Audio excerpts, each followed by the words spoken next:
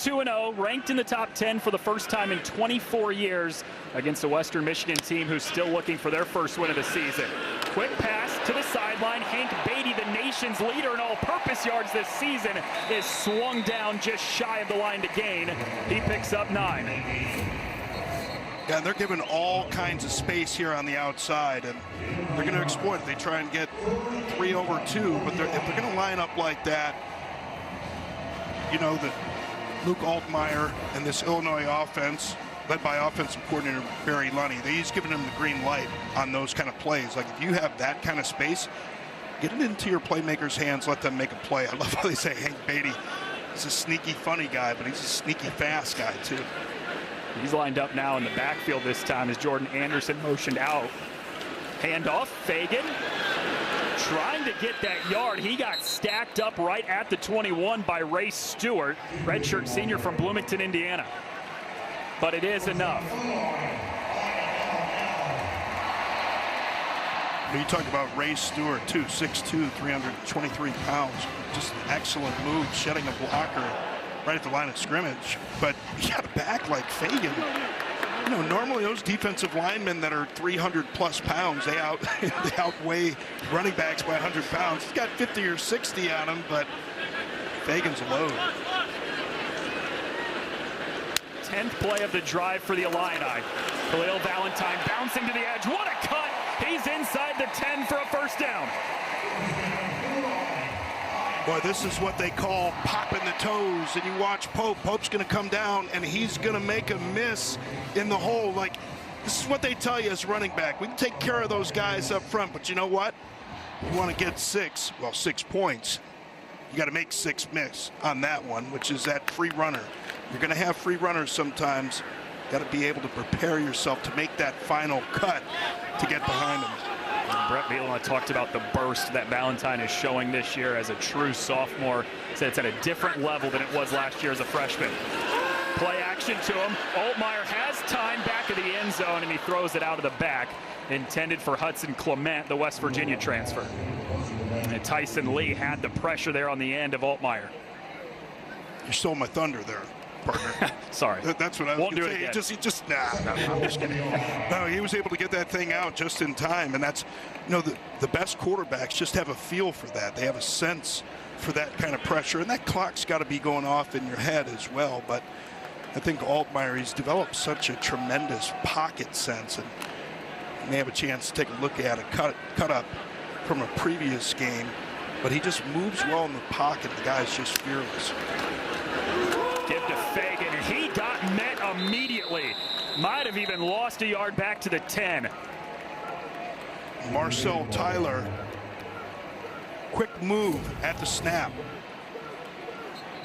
He's right over here. See that quick movement along the line of scrimmage. And again, this is what defensive coordinator Chris O'Leary said. Like, we can't afford just to line up and let those guys tee off on us. You're going to see a lot of movement up front, and you're going to see a lot of players. He's going to rotate those defenders, keep them fresh. Illinois has 3 third-down conversions already on this opening drive. The 13th play.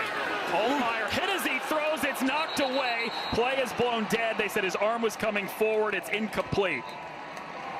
Micah Davis had the hit. His first career start today, Robert, and he's making play after play on that first drive. Yeah, and Chris O'Leary, defensive coordinator, you're going to bring those guys, you're going to bring those extra bodies into the front. You're going to see him come off the side, but you have to get home, and that's exactly what Micah Davis does there. Altmyer, lucky that he was able to get rid of that one a little bit sooner. You see him pointing to his helmet right there. I don't know if he didn't get the call or got the call a little bit late. Western Michigan defense bends but doesn't break, and they force Illinois to 3 as David Olano connects from 28 yards. 3 for the Illini on the opening drive of the game, up 3-0 with 8:47 in the first. Football on a Saturday night. Illinois does get 3, Robert, but if you're Western Michigan, the stand that you get in the red zone to force 3 is something you got to be happy about early. Yeah, no question about it. And you know, Lance Taylor, the head coach, he said, look, this is the most talented and the deepest team that we've had. So obviously tough one against Michigan State, and then last week losing the game in overtime, with a dumb penalty on one of the defenders, but they were able to recover from that. And you've got some talent there. They're here on the road, and they're fighting their tails off. I don't expect that to end. He said he was really excited about his defense more than anything, and they were able to get that stop in the red zone to force 3 instead of 6. And it brings out the offense for the first time today, and we're waiting to see if it's Brady Jones or Brock Lowry, because it's been a 2-quarterback system through the first 2 weeks, and they told us last night, Robert, that's not going to stop. We will see both plenty again today. Well, there are a couple schools of thought on this, right? And it depends on, I guess, who it is that you're talking to. They say if you have 2 quarterbacks and you don't have any quarterbacks, and sometimes if the offensive coordinator is defending the decision, you say, yeah, well, we're just trying both of them out. They both do really good things, but consistency's been the problem. In quarterback play, it's not just how good you are, it's how consistent you are. Brady Jones gets the start, tries to dump it off to his running back, Devin Miles, who juggled it, and it falls incomplete. So it is Brady Jones. He's the more of the passer of the 2 quarterbacks, Brock Lowry being the running back, and an offensive line who only returns 1 starter from a year ago, one of the biggest question marks coming into the season. But Jalen Buckley is not a question mark, Robert. No, he certainly isn't. Big, physical running back. A lot of fun to watch him. I'll tell you, keep an eye on number 82, Balin Brooks, wide receiver. A couple of big catches against Michigan State. Tracks the ball extremely well in the air.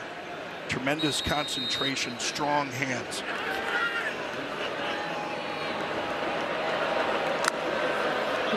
Buckley's first touch, the MAC freshman of the year 2 years ago, and he is swarmed and swung to the ground. That defense for Illinois has been monstrous through the first couple weeks. Yeah, they have James Thompson along that defensive line. Brett Beatty talked about him. He's played all positions along that front. Of course, Gabe Akis has that length, has that physicality, all the traits that you need. Defensive end, Miles Scott, Matthew Bailey, a coach's dream, as defensive coordinator Aaron Henry said. See if they can get a 3-and-out to start today. Near sideline, it's reeled in. Going up top, Avion Chenault, the true freshman that they say is special. He said it came in with a 10'2" broad jump. Well, he's got a little bit of vertical here, too. Nice, strong hands. He has to go up for that one. Tremendous catch. And I got to tell you, when you come in as a true freshman, you're playing in college football, every snap is monumental in your development, and the confidence just grows exponentially. So get a nice catch like that on the road environment like this. Fun to see. Devin Miles, left side. He picks up 4 yards to bring up 2nd and medium. And with Chenault, Walt Bell, the offensive coordinator, told you and I last night, Robert, that he's an NFL guy. He said it's crazy to say about an 18-year-old, but he said that is an NFL guy someday in the future. Yeah, and the thing that he praised him for the most, apart from that athleticism, is his ability to absorb the offense. He said he absorbed things coming in a little bit late. A guy that in a month grasped as much of this offense as some of the veterans. 2nd and 6, RPO to Miles, who sheds 1 tackler and then got planted at the 43. Brings up 3rd and a much more manageable 2 compared to the 12 that they converted on just 3 plays ago. Well, early going here, partner, but I got to tell you, this Western Michigan offense looking pretty good right here. Moving the ball well. Defense obviously brought some extra bodies to the front to account for the run game and the physicality and size of that Illinois offensive line. But they're really doing a pretty good job, this offensive line in Western Michigan, against Illinois, creating some space and allowing some time. 3rd and 2. It's Miles straight up the middle, trying to spin away from a tackler, and he's a yard shy at the 44. It brings up 4th and 1. How risky do you want to get early? Now, let's watch the puller here. You got to be patient sometimes and stick with your puller.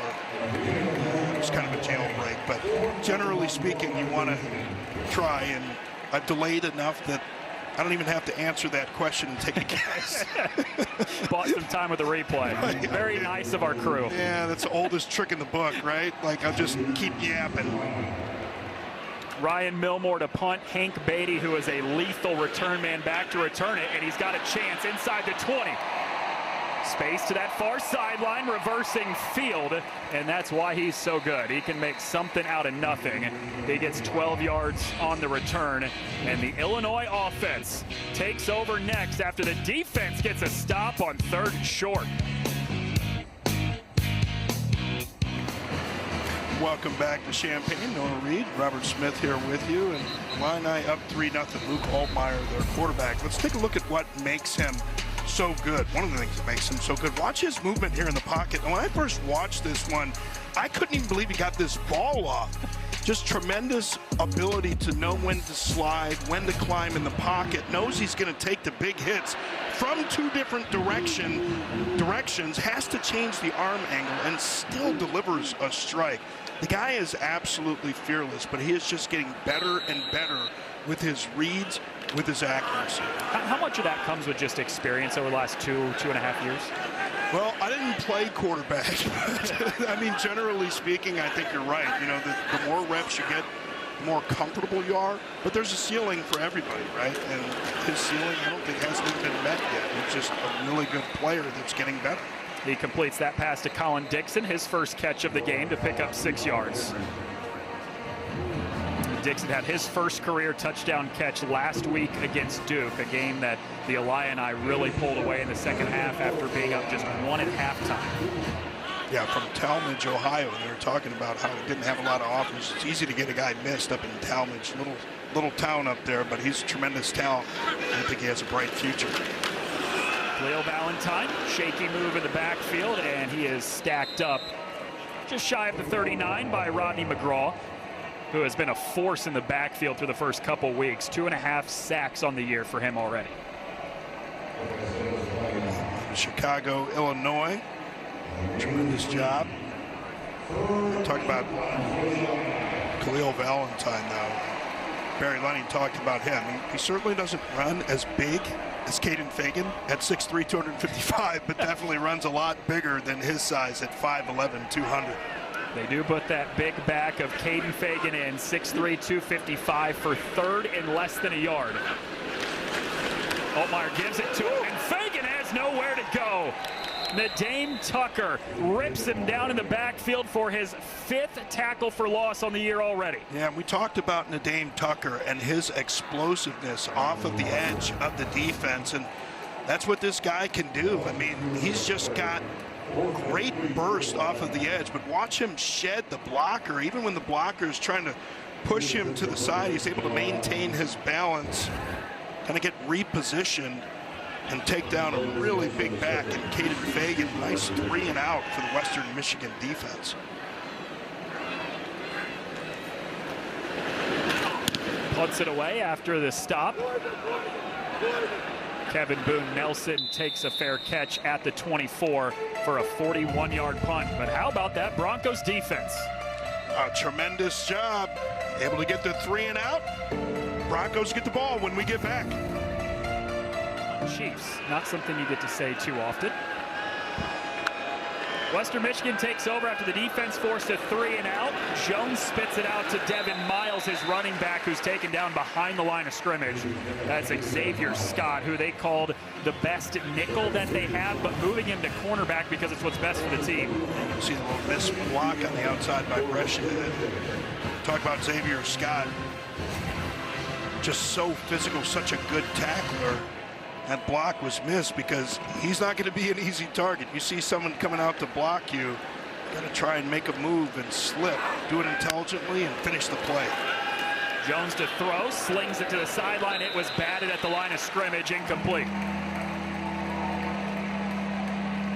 Incomplete, a dangerous throw. I mean, what you see from Brady Jones is, well, really both of these guys, Lowry as well, and this is why they haven't been able to settle on a quarterback. You see them making throws without a complete line of sight and without knowledge of where the defense is post-snap. Some really dangerous throws. Western Michigan has converted on a 3rd and 12 today. This is a 3rd and 11.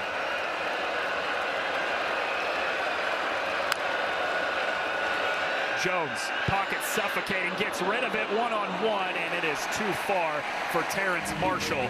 Brings up 4th down. Boy, right idea on that one. He had his chance, and Marshall going to get the space that he needs, but Jones just throws that ball just a little bit too fast. The trajectory was almost perfect to match those things up, but a pretty good throw there, because you know that you have to kind of put the ball on that angle to be able to get it over there before the safety gets over to be able to help. That's just a slight difference at that position. Ryan Milmore to punt. Hank Beatty lets it bounce. It's a little bit of a Western Michigan roll down to the 32 for a 45-yard punt. It's a battle of 3 and outs. The Illini get the ball when we get back. 3-0 Illinois late first quarter. You see the 9 next to the name Illinois. First time they're ranked in the top 10 since 2001. 24 years ago, Lord of the Rings and Harry Potter launched. Apple released the iPod, later called the iPod Classic, but then just the iPod. How about this? Canadian tuxedos and trucker hats were in fashion, and the guy that's calling that game of the week, Tom Brady, made his first NFL start. And it was my first year out of the NFL. And you know what? I was younger than you are right now, youngster. Wow. Go ahead, make a ball joke. I don't know if I buy that. You've been out of the league way longer than that, haven't you? What? Illinois takes over their own 32. Altmyer quick on the slant route. That is a lunging catch by Hudson Clement, the West Virginia transfer. Wow. You have to confirm this one. He's like, hurry up, hurry up, hurry up, because it looks like he gets his hands over that football. We'll see if it touches the ground at all.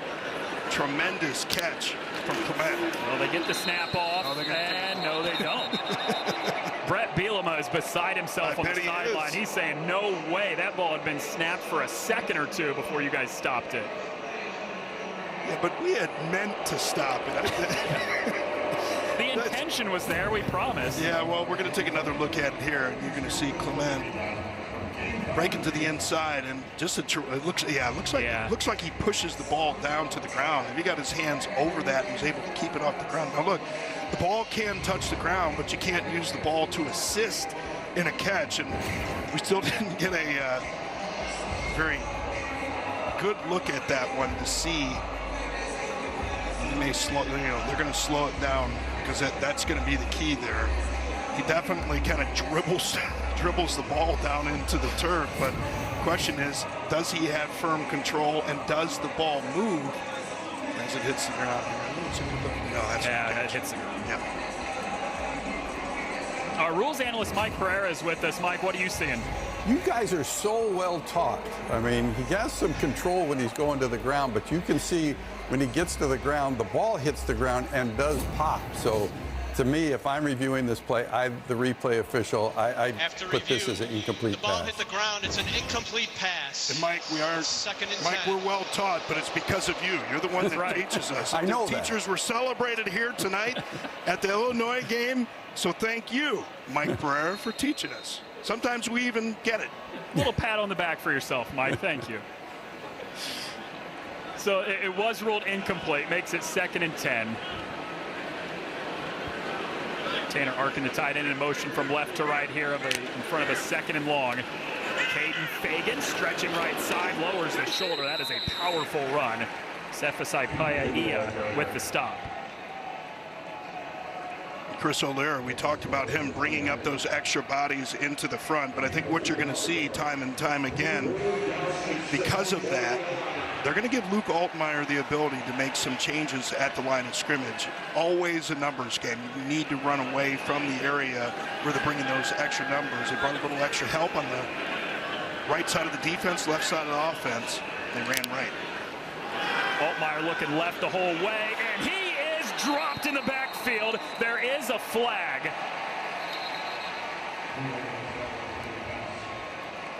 Paiaia and Josh Franklin combined for what is, for the moment, a sack and a loss of 9, but we'll see if this stays. This would be a hold on Fagan. Looks like he tackles somebody. Personal foul. Horse collar tackle. Defense number 1. 15-yard penalty, automatic first down. Watch Fagan pull this guy down.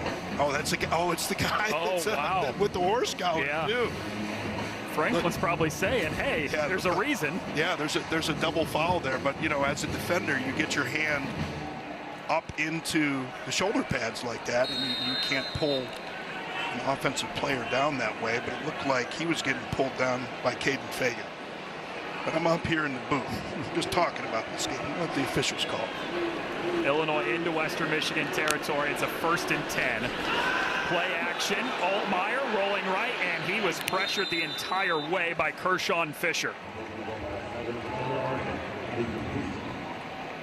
Yeah, Fisher's most recently at Nichols and been at Louisiana Tech, and you just see that so much in college football now. It's strange to see, right? 2, 3, multiple stops. See that closing speed.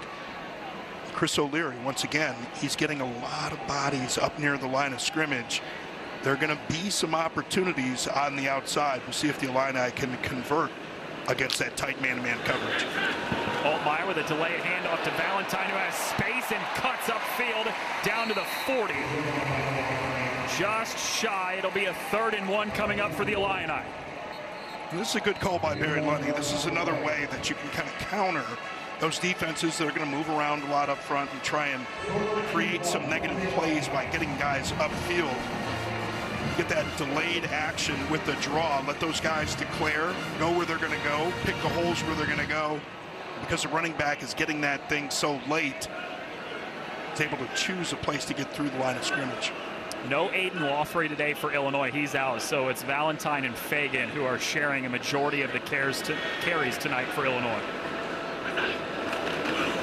It's Valentine again after a big run. He's got a 1st down and just tripped up on a shoestring tackle. It's Dylan Moore there after 6 yards, but the Illini move the chains. Woo, this one gets me up out of my seat right here. I just love this, the ability to get that big jump cut. Big run by the Illini after the 3 and out.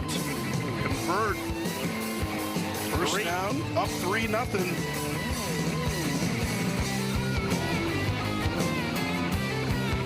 Conversation with Hank Beatty, like, you know, I've been here 39 games. Like, you've been here 39 games too. It's like, we're old. They're 4 together. Altmyer, play action, lofts it downfield. It is caught. Oh, he dropped it going to the ground. Oh, man. Colin Dixon. So close to a touchdown. Instead, it brings up 2nd and long. Well, Colin Dixon is going to wish that he had this one back, but that's not the way that it works. So you got to be able to convert on opportunities like this. And what an absolute dime from Luke Altmyer. He can't believe it. Surrender Cobra going on. Come on, man, you got to make that catch. That close to his 7th passing touchdown in the first 3 weeks of the season. Throws it on a slant, pulled in. What a move, down inside the 10. Malik Elzy's first catch is a 1st down after 25 yards. This is what you're going to see. Well, you can't see the right side of the line of scrimmage, but they've got that defense rotated that way to bring pressure off of the right side of the offense of Illinois. And we talked about this before. When you commit extra bodies into the box to try and create pressure, to try and slow down that run, you're going to leave some 1-1 matchups. Elzy's 5th catch of the season, already surpassing how many he had a season ago. Caden Fagan straight up the gut. Give him a couple. 2nd and goal coming up for Illinois, trying to punch it in for 6 for the first time. Yeah, this is gut check time. Mark Miller, the offensive line coach. Barry Lunny, the offensive coordinator. We know they're going to bring some extra bodies up into the front. We know that they're going to want to try and stop us. But you go empty here and prove me wrong? Nope. Okay, they're going to shift out of it. You would have to think that they want to try and impose their will and run the ball. Altmyer to throw instead. He scans, directs traffic, rolls right, end zone touchdown. Hank Beatty.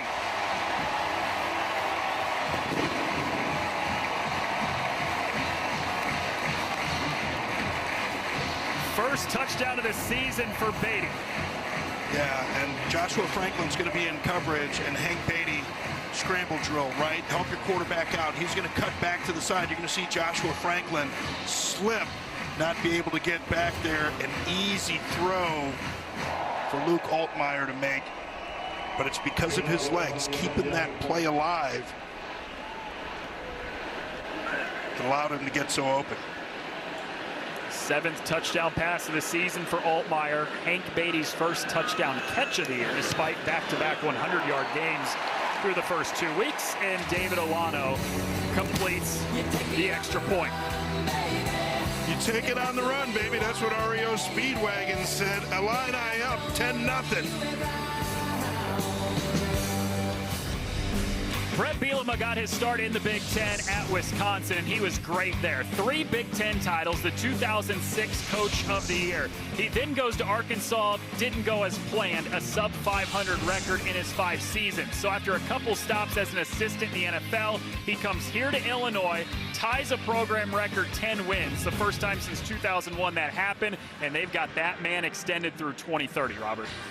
Yeah, and you know, as a former defensive lineman, played for Iowa, I had the opportunity to play against him when he was there. You know, he builds his teams around the lines of scrimmage, and that's the way that they really need to be built, and especially here in the Big Ten. There is some buzz and some expectations surrounding Illinois this year that they haven't had in a little more than 2 decades. They came out in a 1-point halftime lead on the road at Duke last week, and then they just took it to them in the second half on their way to a 26-point win. They've scored 45-plus points in each of the first 2 weeks, and they've got things rolling here in Champaign. Yeah, and Coach Bielema talked about that. He said, you know, I'm kind of glad that we have a little bit of that adversity, and, you know, it just helps build a team. You just don't want people to roll out there and always be successful. Now, look, it's nice to struggle a little bit and you want to win at the end of it, but he felt it helped his team. Jalen Buckley on the ground, former MAC Freshman of the Year 2 years ago when he ran for over 1,000 yards. Picks up 3 on the opening play of this drive. He ran it 30 times last week, Robert, and Lance Taylor, the head coach, said that's not a fluke. That's the number that we want to try to get him to, or at least close to, every week. Yeah, and like his coach, Lance Taylor, Jalen Buckley, former walk-on, has that walk-on mentality. You're never going to outwork me. Give it to him again, straight up the gut. He gets stacked up a yard shy of the line to gain. It brings up a 3rd and 1 for Western Michigan.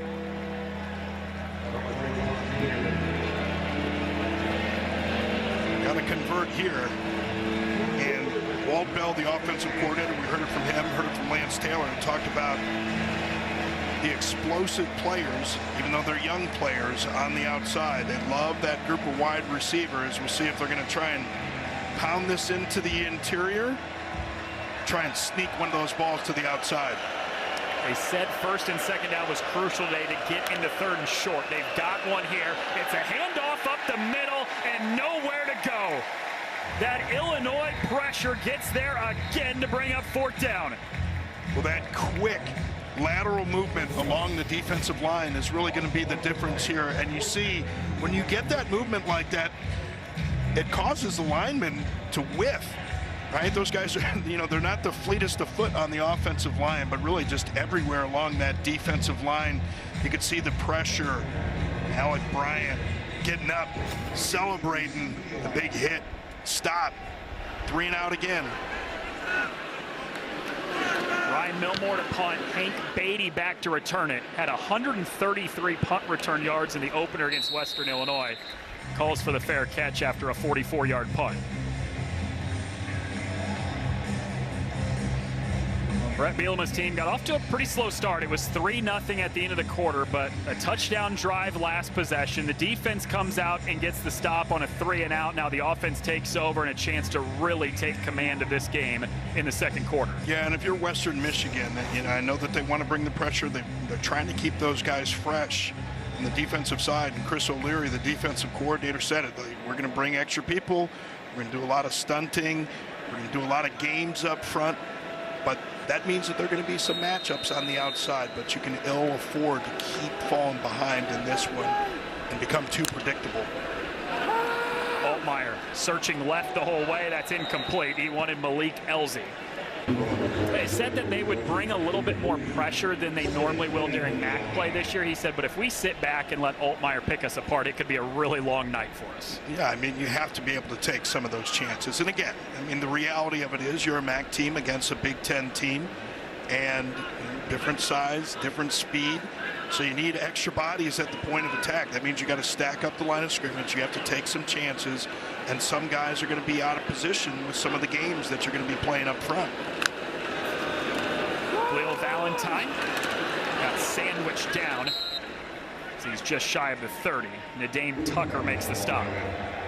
Yeah, Tucker all the way from the backside. And, you know, I talked a little bit earlier about, you know, comparisons with Von Miller, and he doesn't have the high-end speed of a Von Miller, but at 6'3", 250 pounds, almost identically built, and you can see some of that burst off of the edge. But he does a tremendous job. Not just a fast guy, takes on blockers, and on that last play ran it all the way down from the backside.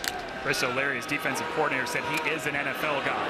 Altmyer launching into one-on-one coverage. He had Elzy, but he leaped forward and went right through his hands. Javarius Sims with the coverage to bring up 4th and 6. Yeah, I love the celebration from Sims after this one, but I don't know that that's really Sims. You know, the ball was there. A little 8-on-8 crime going on there. Just laid that thing out just a little bit too far. And Elzy wasn't able to bring that in. Full extension now.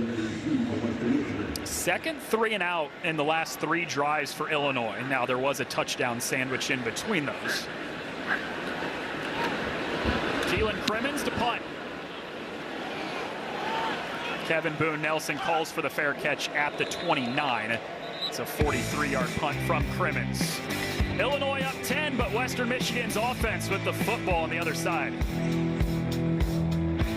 Join in on the might have to "Take Me Out to the Ball Game" song there. The Cub fan in me really liked the Brewer fans sit down, Cubs fans stand up. I like that from Brett Bielema. Brock Lowry, his first time as quarterback today after the first 3 drives were Brady Jones, and he lofts one incomplete. So he is more the running quarterback of the 2, Robert. Yeah, well, I mean, you know, we talked about this earlier. You know, the dilemma that you have with these guys is that they take unnecessary chances. And yes, when you have these 2 quarterbacks, you don't have a quarterback yet, because that last throw, something that we saw from Brady Jones earlier. Lowry dumps it off. Blake Bosma, the tight end, with the catch, and he curls down to the 38, picks up 8 yards. Now look, it's the most difficult position and most important position probably in all of sports, right? And it's not easy to do. We talk about this all the time now. It's not just how good you get at your best, it's how bad things get at your worst. You know, it's like the golf game, right?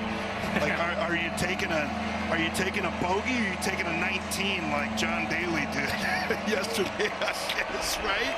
Like, that's a quarterback, you just can't make those huge mistakes. Almost threw a pick there. Unnecessary. Western Michigan has not converted their last 3 third-down opportunities. It was behind his target, but caught. Well, I like this, and he's going to run to his right and throw this a little bit behind him. A little bit of a lobby throw, but hey, you just got a little bit of space to get that ball to Brescia, the tight end. Makes the completion and moves the chains, most importantly. After 2 straight 3 and outs, this Western Michigan offense has got to find a way to get rolling. And remember, he's the guy with some wheels, too. Mataeli on the carry, ducks underneath 1 tackler, and he's down to the 48, just shy of midfield.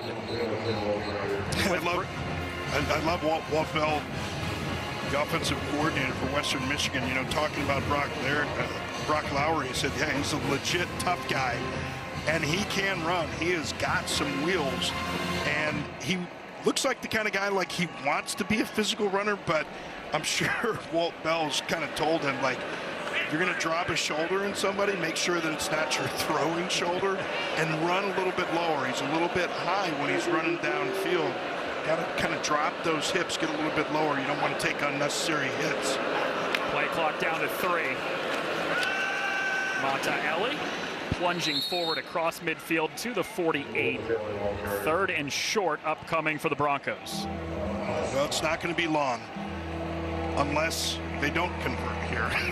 And maybe they'll use it to convert here. But we talked about it the last 2 plays. We talked about how dangerous Lowry is with his legs. I think that's going to become a part of the equation here very soon, partner. We have not seen Lowry attempt to run the football on this drive, but that is what he does best from the quarterback position. 3rd and 2 for Western Michigan in Illinois territory. Lowry scampers right. Lowry looking to run, now tucks it, takes off. He's got the first down.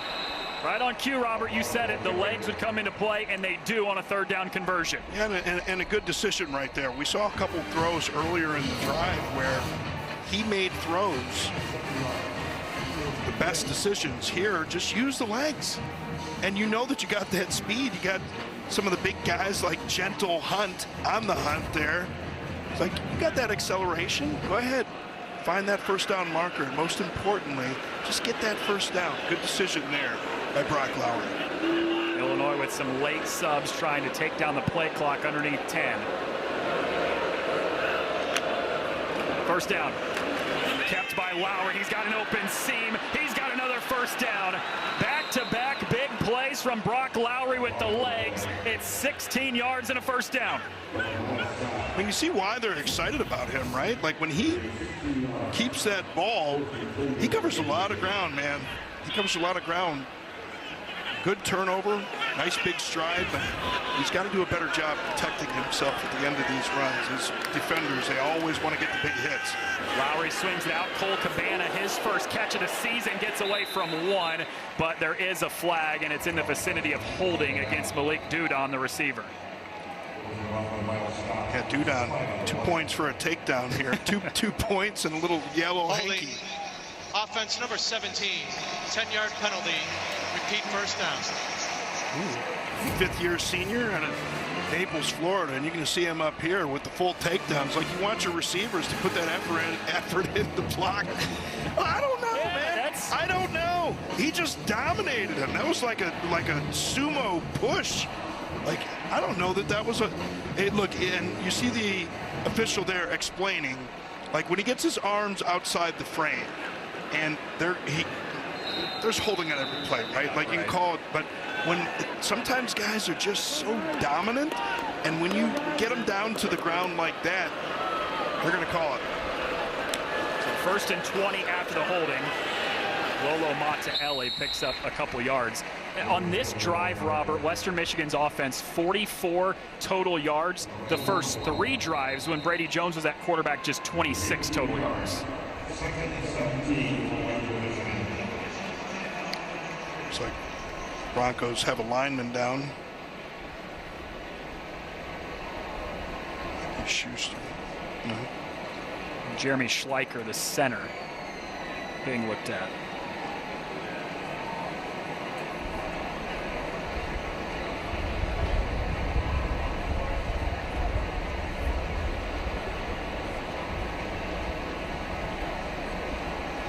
Schleicher, just a redshirt freshman. Talk about the way that he just won't be denied. And, you know, obviously those centers are usually like the smartest guys on the offense, you know, got to make the calls and everything like that, but always tough as nails. And it's like he needs some assistance to get out the field. A young guy, just a redshirt freshman, and Walt Bell, his offensive coordinator, said he is going to work himself into a great player over time. Just has a work ethic that is unmatched.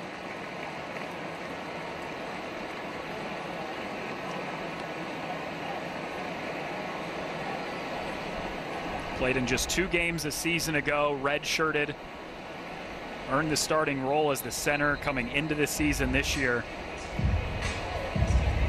He's helped off the field, and their backup center, Raheem Anderson, has been playing some guard tonight as well, so the ability to be versatile and play all over the line is Raheem Anderson.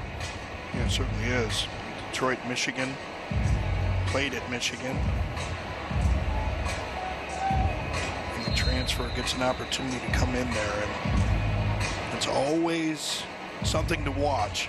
Quarterback-center exchange, especially when they're in the shotgun early for a new center. 2nd and long. Lowry rolling left, throws against his body, and that is incomplete. Well far out of play, looking for Talik Williams, the grad transfer from Georgia State. And I like the initial action on that play, kind of a little bit of a misdirection, but quarterbacks oftentimes when they go to the left and they feel that they got to flip their hips around and make that throw, especially on throws outside the numbers, a little bit deeper downfield like that, sometimes they have a tendency to overthrow that football. Got to keep it on the table, as my offensive coordinator Brian Billick used to say. 3rd and 17. Lowry holds on to it, spins away from one, stays up for a moment, but then he gets crushed at the 28. Well, I got to think that that call was just to make things a little bit easier on Domschke, kicker. Palmer Domschke is the current MAC Special Teams Player of the Week. Hit 3 for 3 in field goals a week ago, all of them longer than 40 yards. This one is 46. Western Michigan fans saying, Noah Reed, don't you dare give the announcer's jinx. Snap and hold. Here's the kick from Domschke from 46. And he missed it.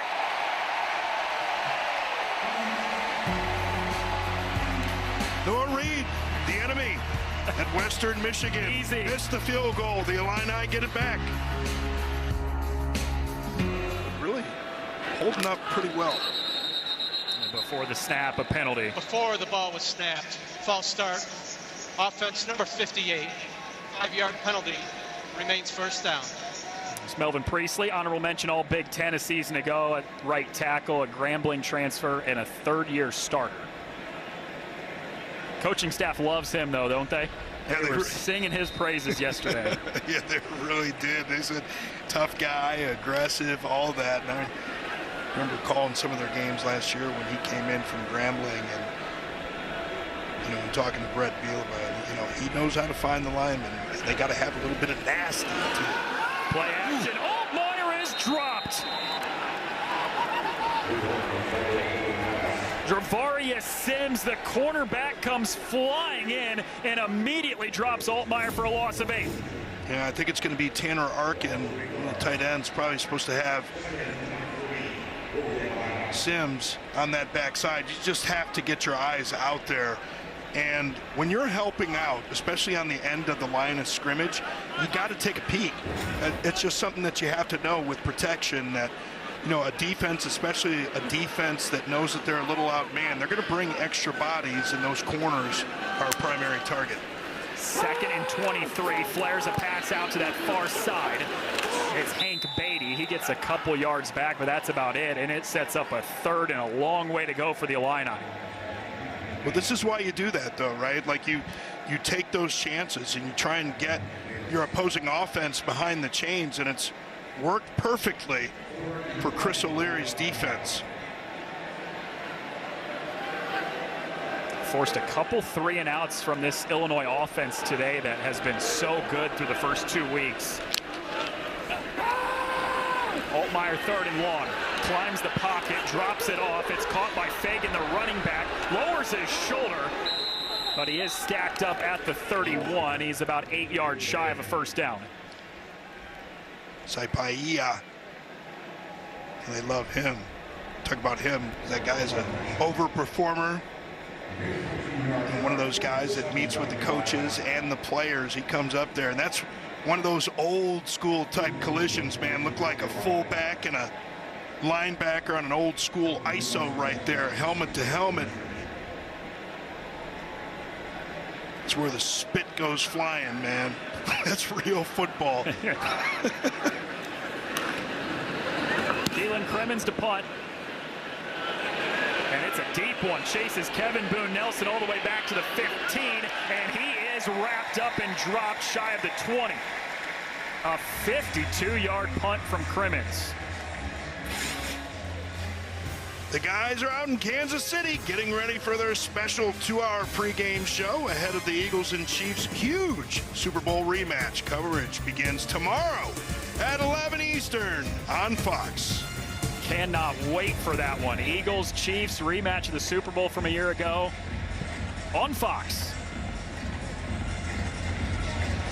The NFL is unstoppable, man. Isn't it? It's just unstoppable. You know, they talked about the viewership the first couple of weeks of the year, and you know, with all of the talk in the offseason especially, just so nice when the games actually get here. It's a handoff to Devin Miles. He gets 3 yards. This offense found something a little bit, Robert. Last drive with Brock Lowry under center. 3 drives where Brady Jones just wasn't able to move the football much, but Western Michigan got something clicking a little bit on that last drive. Yeah, well, I mean, quarterback run changes the numbers. You know, we talk about football as being a numbers game, and the numbers advantage how many guys you have in the box. You know, the quarterback isn't accounted for, and even if you know that that's a running quarterback, when you have a guy like Lowry that's got a little bit of wiggle to him, especially for a quarterback, he can still hurt you. Lowry looking to throw, snaps it to the sideline. That's pulled in. Balin Brooks, the leading receiver for Western Michigan, has enough to move the chains. Wow. This was an impressive throw, and he saw the pressure coming off of the edge, was able to maintain his composure and find a window to throw that ball. 2-minute timeout from Champaign. Western Michigan hanging in there, but it is Illinois, 9th ranked in the country, up 10. Well, welcome back to Champaign. Noah Reed, Robert Smith. You want a lot of things out of your quarterback. Number one, you want them to remain calm under fire. You're going to see Xavier Scott come off of this slot blitz, and look at this. I mean, Lowry does not flinch. He's like, okay, I see you blitzing, and you can see even more from this angle. Like if Xavier Scott had taken a shot at him, you know, that would have been, you know, rib sandwich right there, and Lowry just doesn't flinch at all. And if you're a quarterback, you have to understand all of the bad things that can happen and what your first best answer is supposed to be. 2-minute offense now for Western Michigan. Lowry takes a hit and he throws it out of play. Gabe Akis, who had the pressure in there, and he's been a monster in the first couple weeks for this Illinois defense. Yeah, he certainly has, and forced a fumble a week ago, and that's something that defensive coordinator Aaron Henry said that, you know, we challenged him. You know, you got that athleticism, you can make those plays, and he's so quick. And what was impressive, I don't know if we're going to have a chance to take a look at that play, kind of retracing his steps, but most importantly, getting that punch at the end to get the turnover.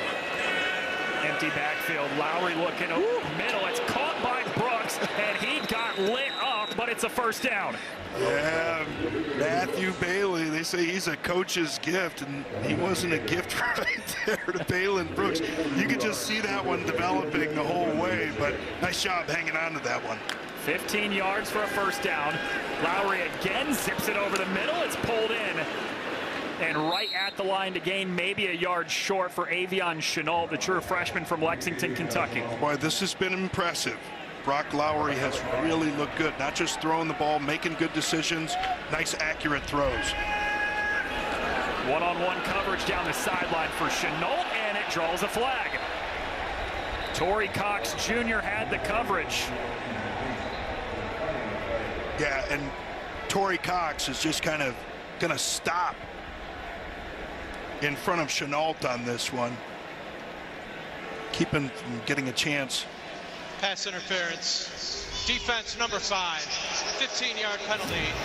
Automatic first down. And you can see these guys lined up on the outside, and you just watch Cox. Yeah. Yes, you have a right to the ball, but you don't have a right to just stop in front of the wide receiver when he's trying to get to the ball. Only the second penalty against Illinois, but this is a big one. It moves Western Michigan inside the 30, and they are threatening with a real opportunity to cut this down to 1 score before the break.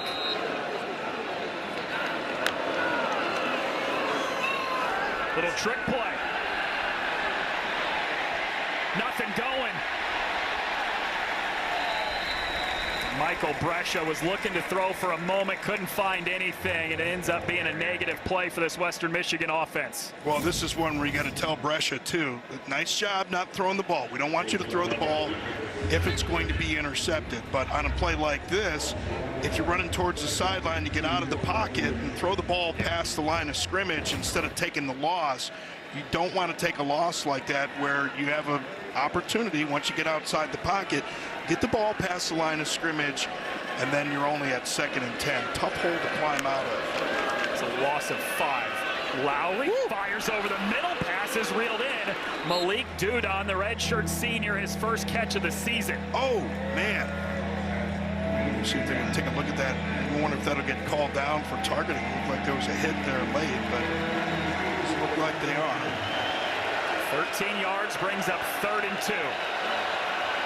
Lowry, right side into double coverage. It's knocked away, but 2 late flags fly in after Caleb Patterson had the coverage. And he might have been holding on to the jersey of the receiver, too. Well, you can just feel the confidence increasing for Brock Lowry with these throws. And look, at quarterback, you got to walk that line, right? Like, you got to walk that line of confidence and Nice cocky. interference. Defense number 1. The ball will be placed in the spot of the foul. Automatic first down. But this is like an NFL type throw. You're going to see, going to come in here on the slant. Oh, yeah. Couldn't see that in live action, but Caleb Patterson, what are you talking about? I'm not allowed to pull jerseys away from wide receivers? When did they change that rule? 2 penalties on this drive have extended the drive down to the 10 for Western Michigan.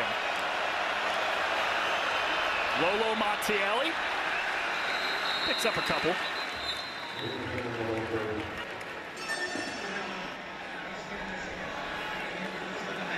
Western Michigan takes its first timeout of the half with 44 seconds to go ahead of a 2nd and goal. And remember, Brock Lowry, we've seen those legs in action already today. Always in the red zone, especially because in the red zone, defenders don't have to defend as much deep. So you can get a little bit more comfortable getting bodies close to the line of scrimmage. And how do you even those numbers out? QB run. And you've got a quarterback with Brock Lowry that has already demonstrated the danger of his legs early tonight. We'll see if they come up with a call to use them here. Huge opportunity for Western Michigan to double up because they won the toss and deferred, so they get the football to start the 2nd half. See if they can put up 3 or 7 here and make it really interesting going into the 3rd quarter.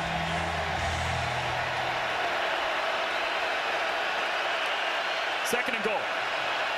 Lowry rolling left, takes off with the legs, lunging for the goal line, and he's down at the 1. Malachi Hood saves the touchdown.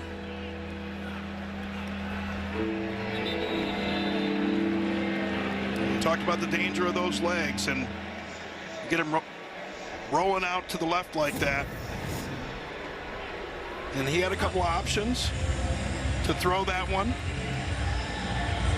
Defenders did a nice job covering up downfield, but Malachi Hood does an excellent job triggering on that play, pulling him down just in time, I believe, before the ball crosses the plane.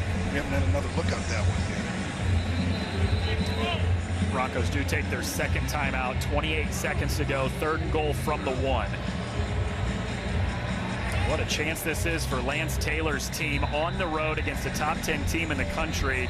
They can go into the break down just a score, and they get the football back to start the 3rd quarter. I just love his energy. You know, we talked about just how intense he is, and he just talks about how much more talented this team is, how much more depth they have, but how that belief is just growing so quickly, and so many new guys. We talk about molding that culture. You could see it coming on the road here. And you can come in here scared. Here you get an opportunity to get the 6 instead of 3, or 7 instead of 3. 10th play of the drive that started all the way back at their own 19. Miles at the goal line, and they're saying he's down.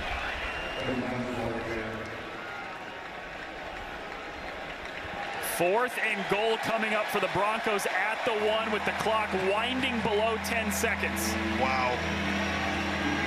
Western Michigan does have one timeout left, and Lance Taylor says with 3 seconds, I would like a timeout, and he has granted one. Boy, and you can watch Brock Lauer, watch him ride this one in on the mesh as you could try and get a push. Illinois just stacked up enough bodies there and can't see where the ball is. But, you know, when you're running the football near the goal line, one thing that you certainly know is you can't extend the body. Yeah. They used to always say, like, if you extend the ball from the frame of your body, you better know something. You better know that there aren't defenders around to knock that thing away, or that you can clearly get it over the goal line. And in a jumble of bodies like that, you just can't take a chance.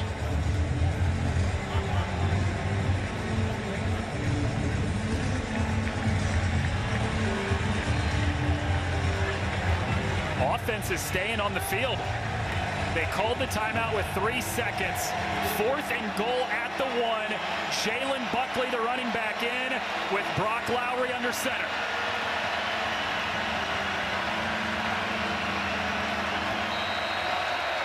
Huge opportunity for the Broncos. Handoff, stopped him short. Kanena Odeluga with the stop before the goal line to keep Western Michigan off the board before halftime. Yeah, and Odeluga, he's got that finance degree. Paid off right there. Shoots the gap, makes the play. Look at that.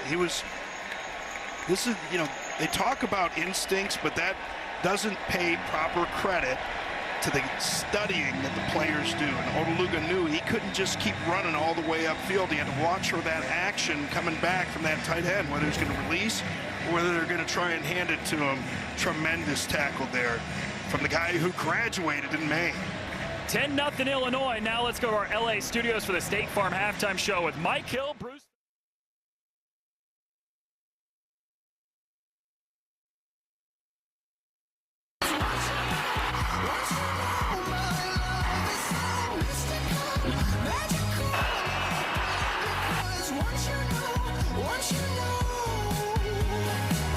Halftime report card is sponsored by Graduate by Hilton. Spirited stays in your favorite college towns. Despite the 10-0 deficit, Western Michigan has actually outgained Illinois by 11 total yards.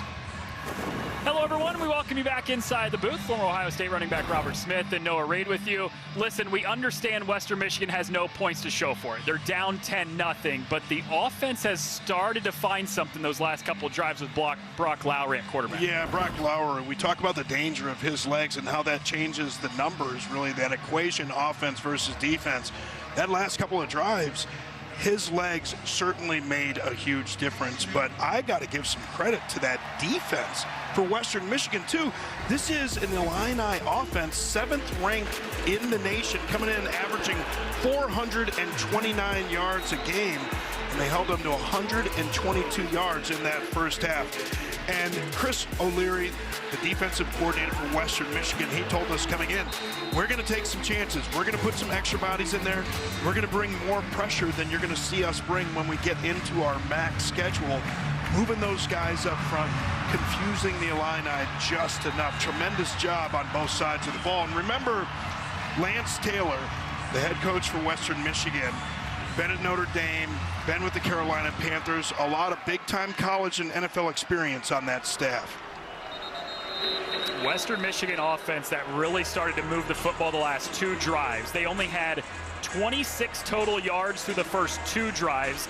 They had 123 yards in the last 2 drives, but the important thing, Robert, unable to punch it in for points on either of those 2 drives. Yeah, we'll see what they're going to do here. And again, Brock Lowry in the quarterback battle with Brady Jones. Of course, Brady Jones got the start again today.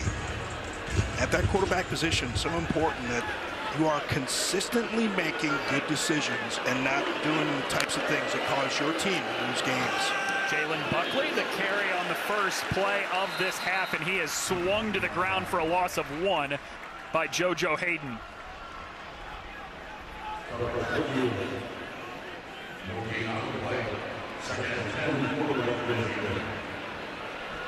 No Dylan Rosiak, the linebacker for Illinois, made way for JoJo Hayden to get more snaps today, and Brett Bielema said it's something we're excited about. Obviously, we want Rosiak in there, but excited to have Hayden get some snaps today.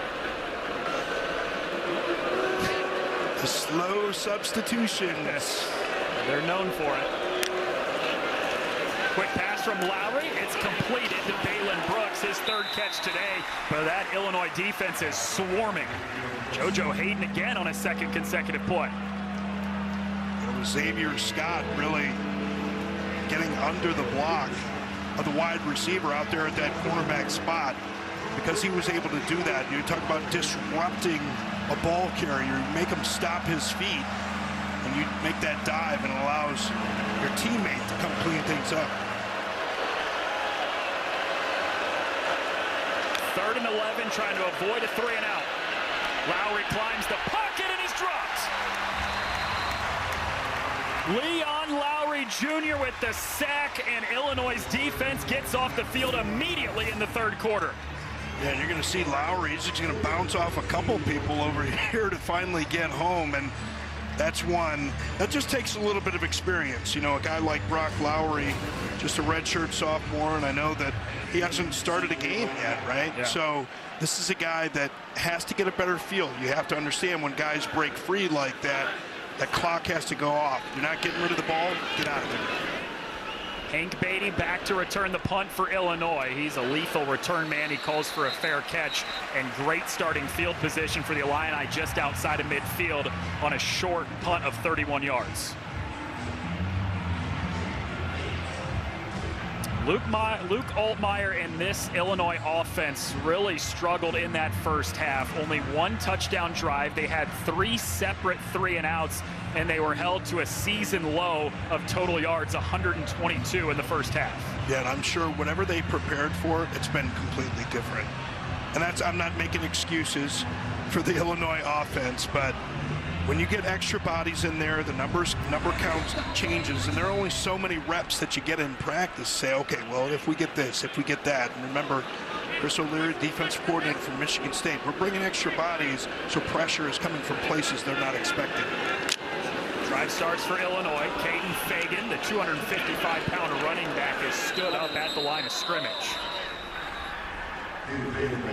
Now, I've been really impressed, Robert, with this defensive front for Western Michigan. Undersized compared to Illinois, obviously, yet they've continued to get penetration all night. Yeah, no question about it, and just very disruptive, right? Like, that's what they wanted to see, and you called it, like, the size advantage for Illinois. They're just not getting the push up front, and what you could see on that last play, just absolutely nowhere for Fagan to go because of that penetration.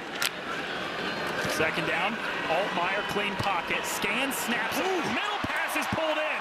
It's Hank Beatty inside the 30. 24 yards for Hank Beatty, the 2nd leading receiver in the Big Ten. Oh, Chris Carter, Hall of Fame wide receiver, says it best. Going across the middle makes the great ones average and the average ones pathetic. But you can see right there, Hank Beatty absolutely fearless with that catch, even with Micah Davis, the safety, bearing down on him for a hit. Had back-to-back 100-yard games to open the season. Colin Dixon on the perimeter is ripped to the ground just shy of the 10 by Saipa Ia, the linebacker. And a nice block on the outside here by Beatty. Talk about his pass-catching ability, but you love to see your wide receivers help out their teammates. Gets a nice little block downfield. Springs Dixon. Back-to-back first downs for the Illini. Caden Fagan stretching left side and just gets tripped up at the last moment by Micah Davis, the redshirt sophomore making his first career start. Oh, Caden Fagan. That's one of those, man, you get that rope drill, you got to get those high knees. We step through those ropes, step through those tackles. You see Micah Davis come in. So close. We'll give him another shot. Fagan lowers the shoulder to the goal line, and it's a touchdown.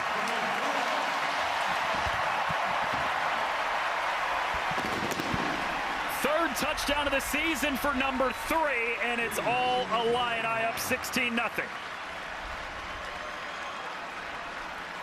Well, much different than we saw early on the drive, where Western Michigan being disruptive up front, shedding blocks, destroying blocks on that one. The Illini offensive line, all that experience up front, anchored by Josh Kreutz, senior in the middle, able to get some push to get it in for 6.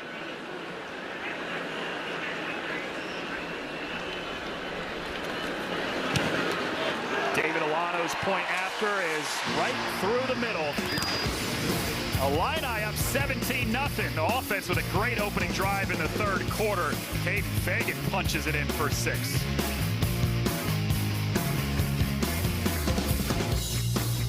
All right, Robert, after a season low in yards in the first half for Illinois, that opening drive of the third quarter looked a lot more like Illinois football. Yeah, I think they got a little bit of talking to there at halftime. Offensive coordinator Barry Lunny and offensive line coach Mark Miller.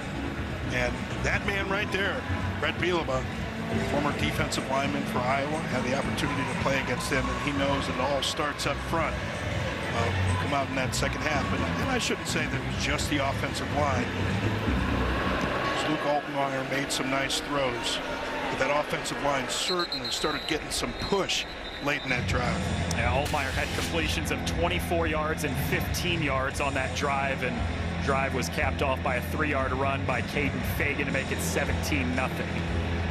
I would say the good news, though, for Western Michigan here, Robert, is with Brock Lowry, the offense has started to find a rhythm a little bit over the last couple drives. They just haven't been able to find any points yet. Yeah, and remember, they were down 23-0 against Michigan State. Never folded in that game. Obviously lost the game, but never any quit, really, in that team. And as well as they played late in that first half, we know that when they get it dialed in, they're looking pretty good. Lowry looking to throw in the first play of the drive. Scampers out of the pocket to the right, delivers on the run, and it is pulled in by Blake Bosma, the 5th-year tight end, near the line to gain. I loved the way Walt Bell talked about Blake Bosma. Kind of like a Paul Pierce. I guess that's the best analogy I can think of. Maybe a guy that doesn't look like he could be as athletic and just as good as he is. He just said, came in here at 205. Guy's just an athlete, makes plays. Buckley spins away from 1, and he makes something out of nothing. What could have been a loss of a couple turns into a gain of 6. Oh, and I can hear my former running back coach at Ohio State, Bobby Turner. Son, you got to spin on contact. He's coaching the 49ers now. He's like 76 years old, but nice little spin in the backfield there.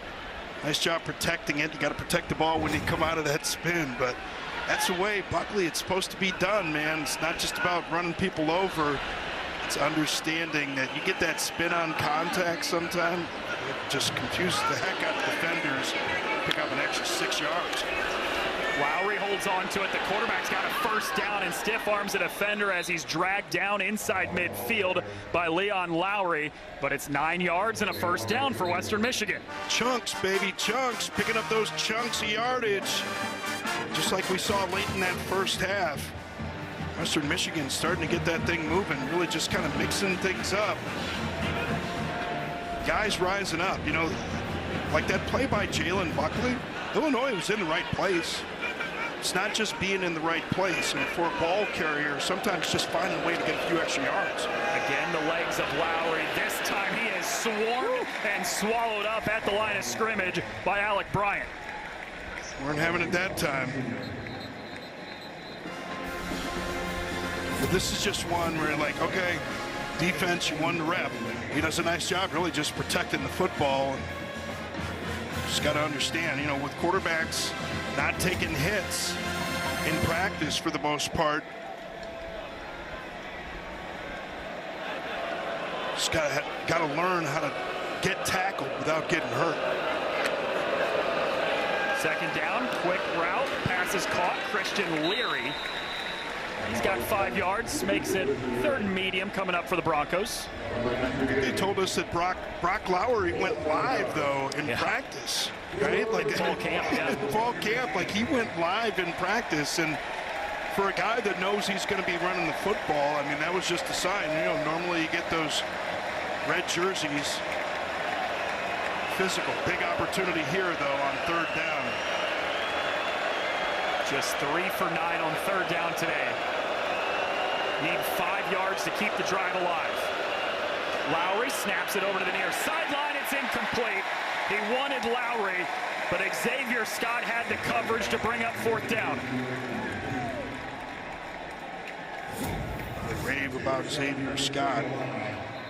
Watching him. You know, this is understanding what to expect in certain situations, and this is when you watch film and you understand where your defensive structure is going to be vulnerable. And of course, in playing man-to-man, you see that guy go in motion, but is he really going to do this? Is he going to break back? That's why playing defensive back can be so difficult. But a nice job by Xavier Scott putting on the brakes to get back and make a play. It's a sophomore linebacker, JoJo Hayden from East St. Louis, Illinois, that was shaken up after that play. And a couple nice tackles on the opening drive of this third quarter. And Brett Bielema said how excited he was to get him some opportunities today without Dylan Rosiak able to play today, the starting linebacker.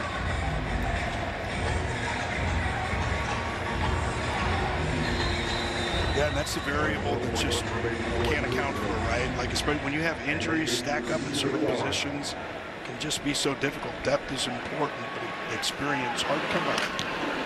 Ryan Milmore's 5th punt today. Beatty lets it fly behind him, and Western Michigan not quite able to grab it at the 1. It's a touchback. 17-0 Illinois, and the offense has the football next on FS1. 17-0 Illinois over Western Michigan halfway through the third. We got some great hair, or lack thereof, which is a thing Robert knows a thing or two about. Hey, last drive, Illinois' offense really got the football moving. Yeah, they certainly did. Hank Beatty catching the ball across the middle, throwing a block for Dixon, and then Fagan almost gets into the end zone. Let's give him another shot. Let's go bulldozer mode. Put that thing in. Love it, man. And I got plenty of hair. Just in my nostrils and my ear now. You're young at heart. Illinois' offense really struggled, especially at the end of that first half, but looked like a completely different team to start that third quarter. Yeah, they certainly did. Just that high energy, and here they're going to have a chance to back it up. Now, look, Western Michigan bringing those extra bodies may have hurt them on that last drive. We'll see if they settle back a little bit on defense. Altmyer wants to throw on the first play of the drive. Rolling right, has nowhere to go, so he uses the legs and scampers out of bounds for a short pickup.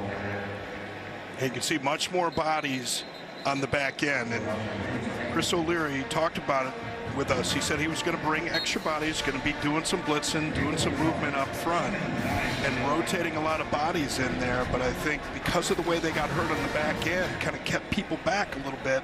See if they dial up the pressure here. You can see they're trying to get a tell from the defense, change up that snap. Are they bringing the blitz? Now they may call that blitz off.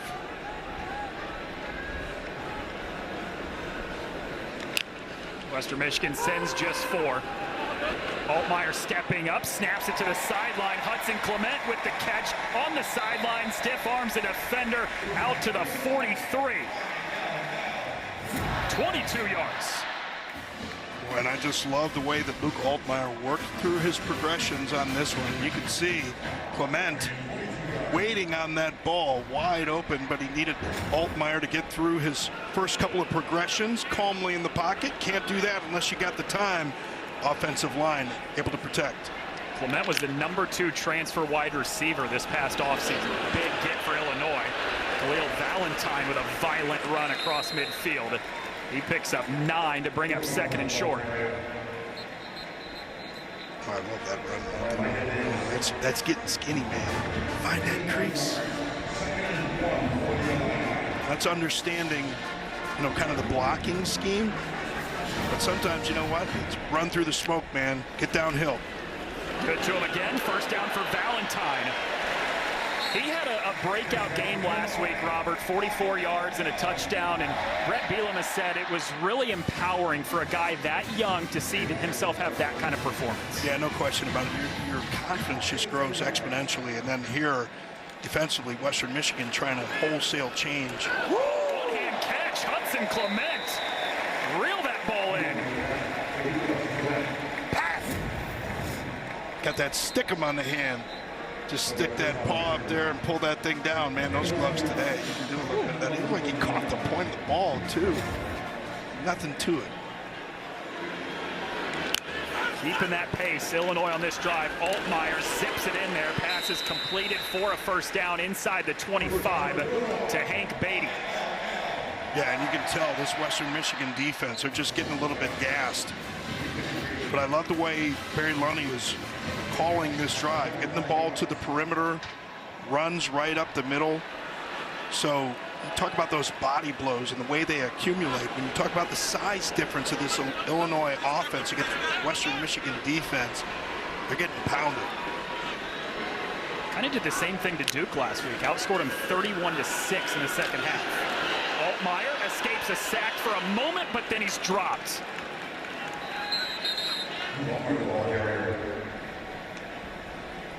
See the little shoulder pump. He may have had a shot for a touchdown on that one, but got a little bit cluttered in the pocket.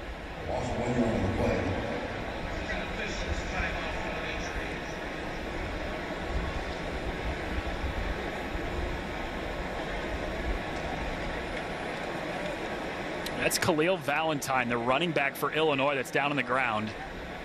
Illini already without Aiden Lawfery, one of their top running backs tonight, and so Khalil Valentine, one of the others who's getting a lot of touches tonight. He's being worked on near the 25. Yeah, and Barry Lunny raising Khalil Valentine. Look, he's not a little guy. 5'11", 200 pounds. That's 6'3", 255 like Caden Fagan. Barry Lunny says Valentine plays a lot bigger than his size, and when you got a big back like that, like a Caden Fagan, kind of inspiration for some of those normal sized people. Normal for football. Right. Fagan still on the sideline for the Illini with Valentine out, but now he goes in.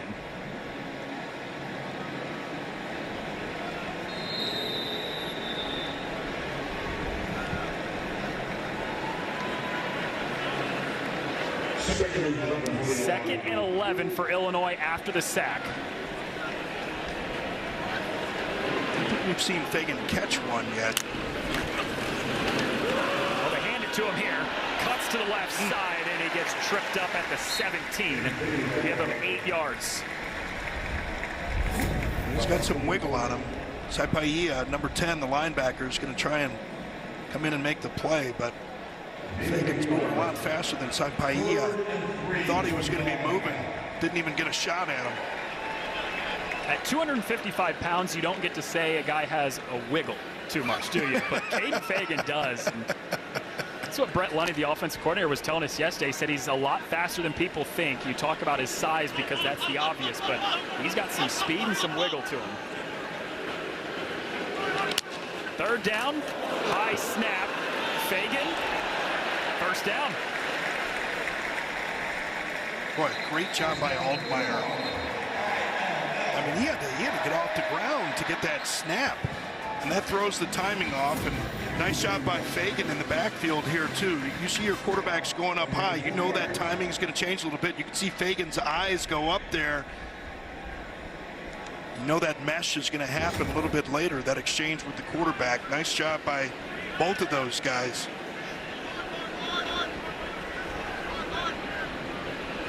Tenth play of the drive. Altmyer looking left the whole way. He's got one-on-one with Malik Elzy, and there are flags thrown at the end of the play. Javarius Sims throws his arms up in the air. He doesn't like the call. What? I'm not allowed to push wide receivers down when the ball's in the air? Come on. Now, look, you like a little bit of hand fighting. Defense number 8. And the ball will be placed at the 2-yard line. First and goal. If you're a defensive coach or a defensive player, you will say, well, the receiver fell because he got a little bit too physical for him. But the official, they're going to make that call probably 9 times out of 10. You want guys to be physical, but especially once that ball's in the air, the receiver goes down there, and Sims certainly seemed to have those arms extended with a nice push. Gives Illinois a first and goal from the 2. Altmyer holds on to it, uses the legs, looking for the pylon. He's in. Flag. Is a penalty marker down. Might be coming back.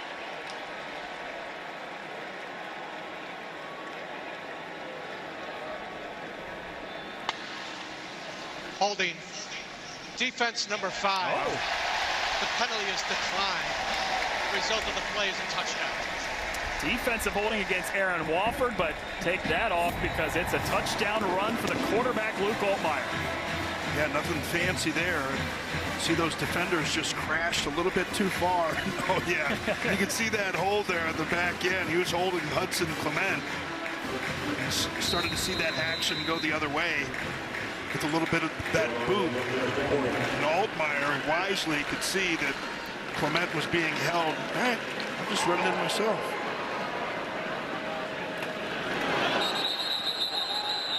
Before the kick. Flag thrown. Well, we certainly know who the Illini I think it's on. Funny how that works. They're pointing to Western Michigan. Western Michigan's pointing back. Who would have thought? I didn't see a whole lot of Western Michigan players pointing. They're just like, yeah, you got us. Offside. Defense number 0 entered the neutral zone and made contact. The penalty is half the distance to the goal. This is the try for point.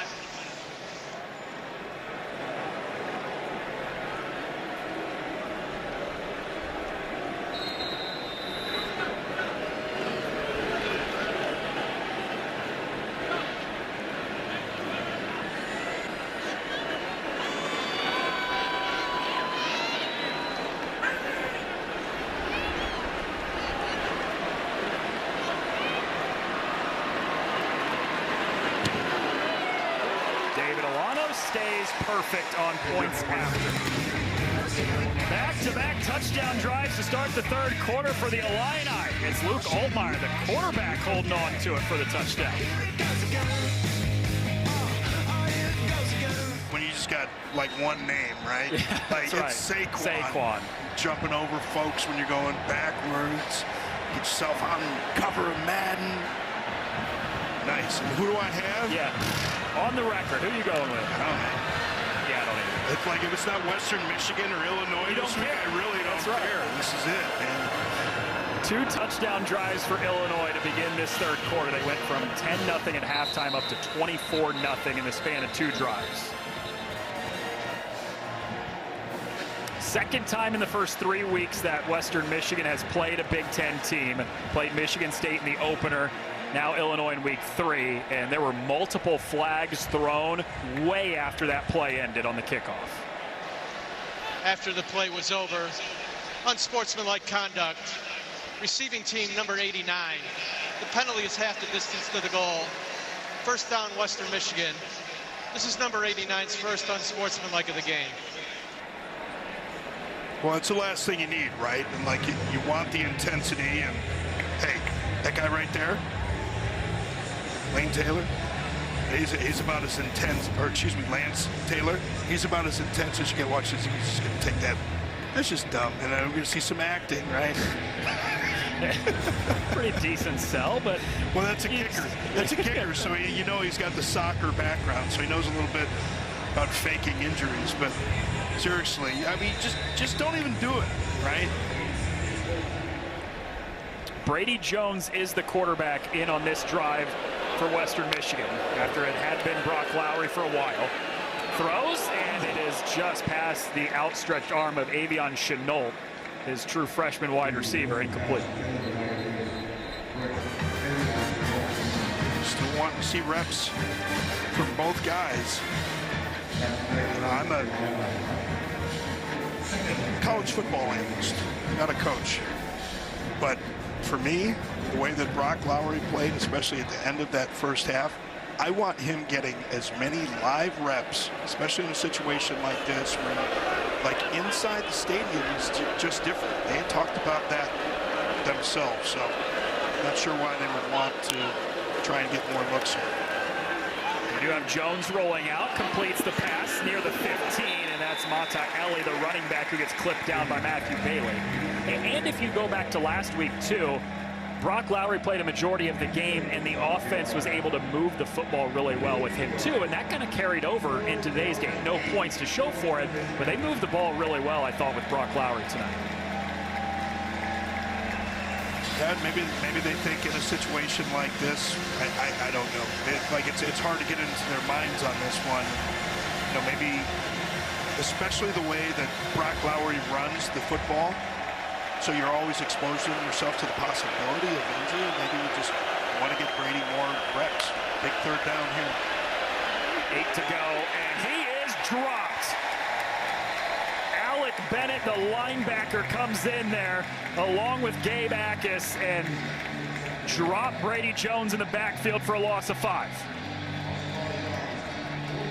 Boy, that was just way too much movement. And Aaron Henry, defensive coordinator, man, he is just so great to talk to. You know, I said defense, it's not about me, right? Like, it's about those guys and the players. It doesn't matter what the coach knows if the players don't know how to execute. He obviously had a lot of movement on that defensive front there. Oh, very nearly got back to Milmore, and there is a flag thrown. So Hank Beatty with a fair catch at the 47, but the flag in the back of the end zone. And that's going to, well, they're getting together, and the conference is normally about, is it roughing or running into? And it looks like he hit the plant leg there, at least initially, with my old eyes. Looked like he hit the plant leg, so it would be roughing, so it would be a first down. But they're talking about it a long time.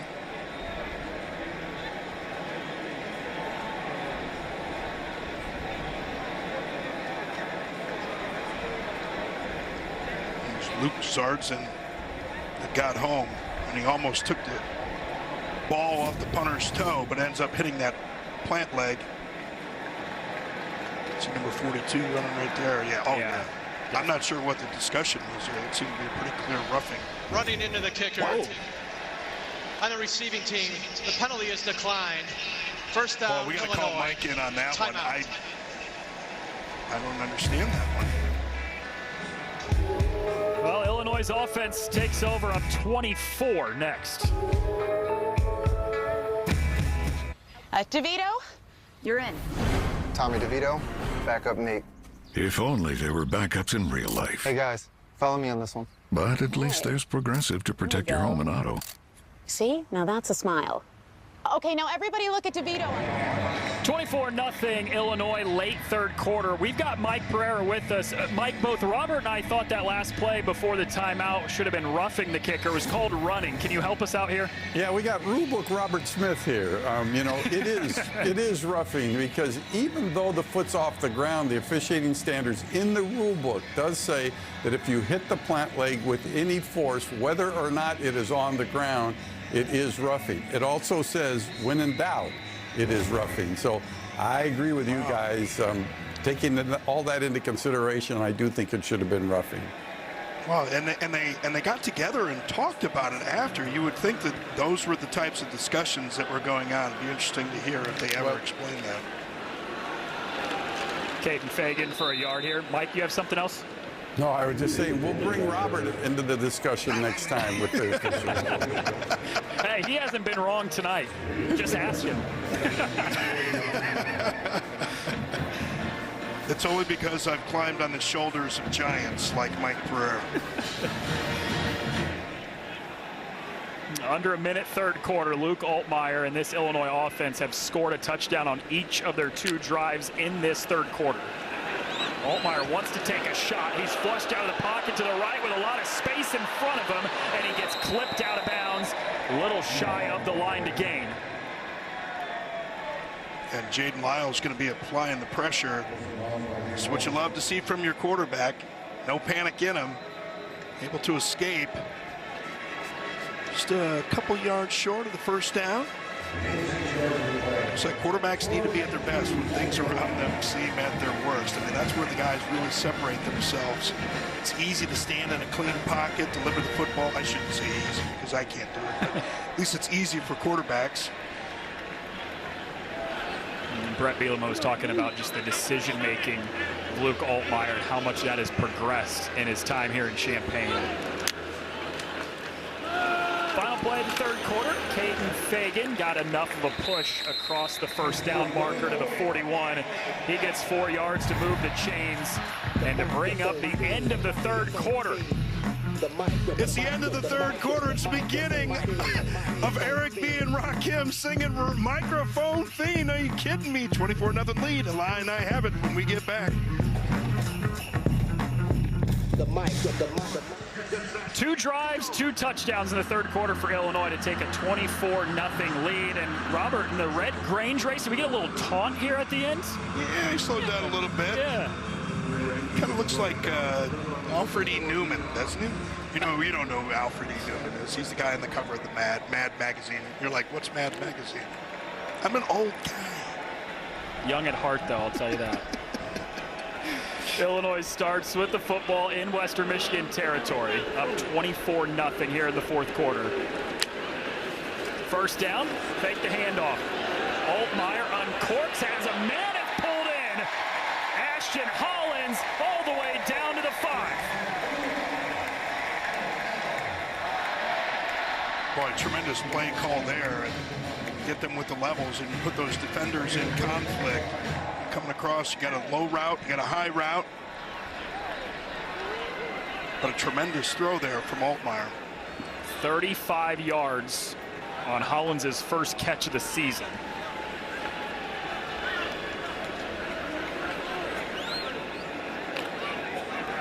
Illinois knocking on the door once again, already up 24-0.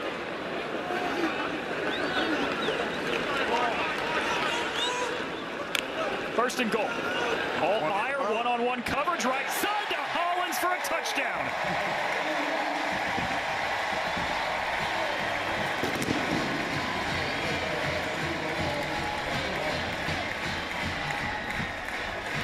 Oh, great job. Luke Altmyer recognizing that one-on-one coverage on the outside. You can see Joshua Franklin again.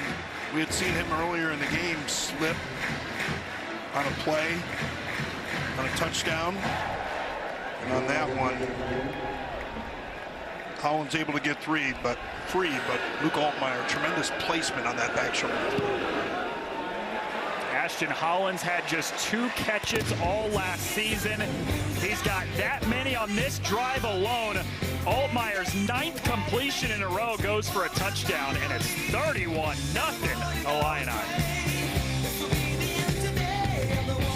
Here in Champaign, it's become all Illinois in the second half. Ashton Hollins' first career touchdown, and his teammates giving him some love after that too, making it 31-0 Illinois on top of Western Michigan. Boy, there's just nothing like the brotherhood of football, man. Just completely different, I believe, than any other sport, just because of the physical nature of the game and the number of people that are actually playing the game. Look at those numbers for Luke Altmyer. First quarter, didn't have much going, just 4 for 10, but 9 straight completions. He's thrown a couple touchdown passes in this second half. Yeah, and again, credit Western Michigan. Chris O'Leary, the defensive coordinator, they did a lot. I think they threw a lot of looks at this Illinois offense that they weren't expecting. And on the other side, credit Barry Lunny. Said, went in with those halftime adjustments, and you're like, hey, I know that I told you this all week. This is what you're going to see. And I know that we didn't change the plays and we didn't quite get to what we needed to at the end of that first half. But we're going to figure out what we're going to need to do in this second half, and we'll get down to business. Montaelli with the carry. Picks up 4 on the first play of the drive. Illinois outscored Duke in the second half last week 31-6, Robert. They've outscored Western Michigan in the second half today 21-0 after a little bit of a shaky start. Maybe it's just a second half team? I don't know. Well, I mean, you know, players this age, you know, you're different from half to half, let alone week to week, right? And so you figure out what your team is capable of, what they do best, and you kind of just have to learn that on the fly. Montielli with a second straight carry. He's stood up at the 32 for 3 yards. Hadn't carried the ball at all coming into this game. A transfer from the College of San Mateo, where he was a first-team All-American at the junior college level a season ago. Said, still learning our offense, but as the season goes on, he's going to continue to take a bigger role for us. Big third down here. This is one where Lowry's legs would have been nice to have, but I don't even know if he's healthy. Just 3 for 11 on third down today. Jones, and there is nobody in the area. Miscommunication between him and Malik Dudon. Well, it'll be interesting to see after the 3 and out there. You can see Lance Taylor, the head coach, on the sideline. Aaron Henry congratulating his defensive coordinator there for Illinois. But it'll be interesting to see what Western Michigan does on its next series, because if Brock Lowry is healthy, I just think with his dual threat ability, he's a much better option. So Western Michigan's 5th 3 and out today. Milmore, the punt, takes a nice hop. Beatty picks it up at the 21. He's got 6 on the return. It's a Illini offense to take over. They've been cruising in the second half, 31-0. Luke Altmyer once again having another Luke Altmyer type day. 191 yards, 2 touchdowns through the air, 1 on the ground as well, Robert. Well, yeah, just another tremendous night. I just love that. Had a bit of a slow start, 4 of 10 at the beginning of the game, then 9 straight completions, 11 of 13 since that 4 and 10 start. And all of the pitches in his toolbox, right? Like, he knows which pitch to select. He knows how to get the touch. He knows the back shoulder throw, the timing of his throws, the ease that he has in the pocket, the confidence that he has in the pocket, when to climb, when to slide, tough as nails, just the full package. 2 more touchdowns today brings that ratio up to 8 touchdowns, no interceptions through the first 3 games. Oh, a pitch. That is Cole Rusk. Tight end had nowhere to go. Well played by the Western Michigan defense. Noah Bishop, number 97, shedding the block and getting home. And, you know, back to Luke Altmyer, I just thought it was such a great story. You know, Brett Bielema, girl dad, like I am. These girls are a little bit younger, like 8 and 6, but one of them wants to be Luke Altmyer for Halloween. It's just the cutest thing, man. But well, he is just a tremendous player. Throws it out on a quick pass to Beatty, who slips away from 1, and he gets dragged down at the 33. Brett Bielema said he found out about it this week, that his 6-year-old daughter said she wanted to be Luke Altmyer. He said, do you want me to tell him that this week? And she said, no, I'll tell him myself after the game on Saturday. No, Dad, I got to go talk to Lukey. Nothing like it.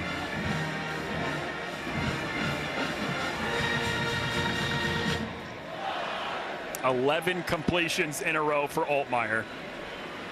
You got to think this will be the last drive that Altmyer's in on. And I like, though, what they're doing here, going through the operation. You can see going with the fake cadence, trying to get a little bit of information, 1-on-1 matchups.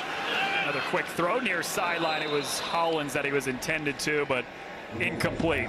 First time in the last 12 attempts that a pass has gone incomplete from Altmyer. Altmyer, I'm guessing, walking off of the field from the huddle for the last time tonight. We'll see. Up 31-0. Game well in control. You want to get those live reps when you can, but sometimes you don't want to push it too much with your starting QB. Just over 11 minutes to go. First time since the first half that an Illinois drive did not end in a touchdown, as Crimmins has to punt it away. Kevin Boone Nelson retreating, calls for a fair catch inside the 15. It's a 53-yard punt from Crimmins. Well, this is what Illinois has coming up the next 5 games. They played 3 games out of conference. They step into conference play with a big one, 22nd ranked Indiana. Then they go to USC, at Purdue on October 11th, and then October 11th is against number 1 Ohio State. Bye week in between there, and then October 25th rounding out that stretch at Washington. But 2 ranked teams coming up in the next 4 games, and going to find out a lot about number 9 Illinois. Yeah, no question about it. That's the way you want it, right? And this is it's kind of the way that you hope that a season goes. And again, Brett Bielema talked last week about, hey, I'm kind of happy that we had the adversity against Duke. Cole Caban on the carry. Lost a yard back to the 13. They do bring out Brock Lowry, though, and that was what you said last drive, Robert. You really wanted to see them bring Lowry back out because you thought they had a little bit more of a rhythm with him at quarterback. Yeah, they certainly did. And again, he's more of a running threat, but really been able to throw the ball at least at times today better. And I think at some point, and this isn't the point, I guess, yet, maybe this is the point, you got to make a decision. You want to give those guys those live reps, even if it seems like it's garbage time. Rolls out right, finds Cole Cabana, who's playing in his first game of the season, a Michigan transfer. Matthew Bailey pushes him out of bounds. And again, you know, with a redshirt freshman in Brock Lowry, you know, these kind of reps, invaluable. Saturday night, Champaign, Illinois, the home Vario Speedwagon. You know, these kind of reps, no, seriously, these kind of reps on the road, like just the operation of the offense, it just increases a young quarterback's confidence, just kind of getting these reps. He steps into a throw, lofting it down the sideline. Oh, nearly a one-hand pick by Xavier Scott. That was nasty, and he is holding his ankle at the end of the play, too. Oh, man. Man.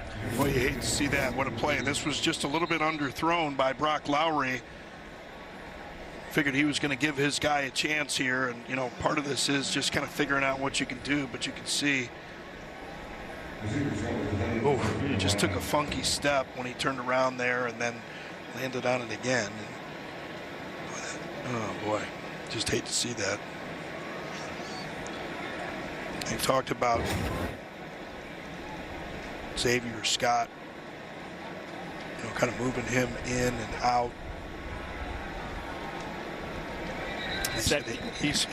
That he's such a good corner, and that's what Bielema said. We want to see him on the outside, and that's where they moved him. And you can see just how dangerous he is, and almost came up with the pick there. Hope the best for his return.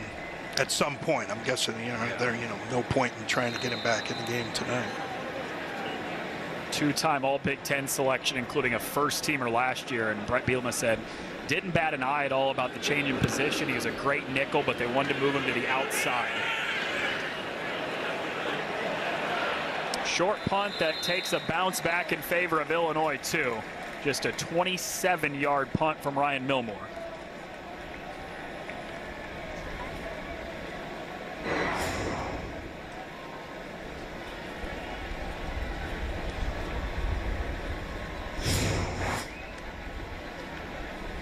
Oh, Altmyer's got the helmet on, and he's going back out on the field.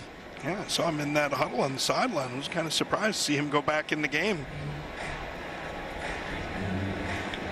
They keep the starters out there for the time being. 9:39 to go, up 31-0 in the non-conference finale for the Illini. Trying to move into Big Ten play, 3-0. Hand off to Fagan with a burst up the middle, spinning away from a tackler, and he carries defenders with him down to the 35. Pickup of 7 on the first play of the drive. Yeah, nice physical run again from Fagan. And again, as we saw earlier in the game, actually that was from Jalen Buckley on the other side. A little spin move. Nice shot by Fagan, spinning on contact there, picking up some extra yards. Well, it's dangerous. You got a big man like that that can work a spin move into his game. Played just 5 games last year before an injury. He is back at full strength. Excited about what he can be this year after he was an honorable mention all Big Ten guy as a true freshman 2 years ago. He's got a first down, flag thrown in at the end of the play. This may be Davin Stoffel. Holding. Offense number 88. 10-yard penalty. Repeat, second down. Is Stoffel, the transfer from South Dakota State, the tight end.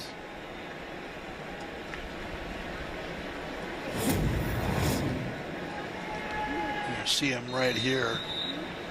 And, you know, as we see quarterbacks escape the pocket so many times, that kind of play happens. It can happen on those running plays as well.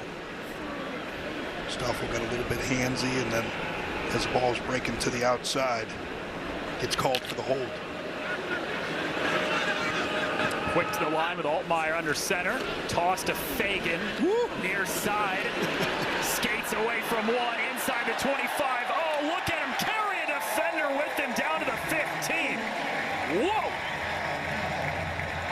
Almost as bad for a cornerback or a defensive back when they see offensive linemen coming to the outside to block. You got big old Caden Fagan, 6'3", 255 with a head of steam. And that's like you better bring it. I mean, there's no other way, right? Like you say, you want to make the big guys run and you want to make the little guys tackle if you're an offense, and you get a big guy like Fagan on the outside, and there's some business decisions going on. His longest run of the day, 26 yards, sets up a 1st and 10 in the red zone. They go right back to him as he lowers that shoulder in a powerful run inside the 10.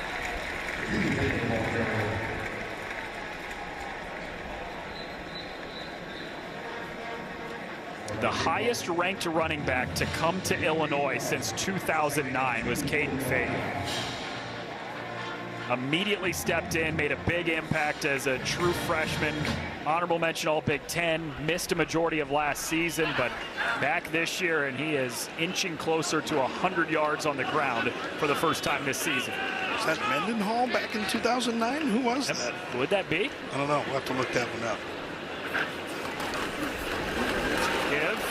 Touchdown, but a flag. For the time being, it's a Caden Fagan touchdown. It'd be his 2nd of the day, but we'll see if this one's brought back.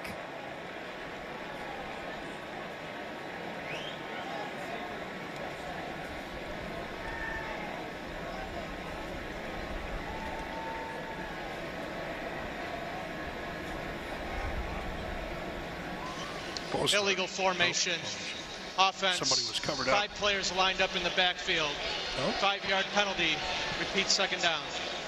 Also wipe away Caden Fagan's touchdown.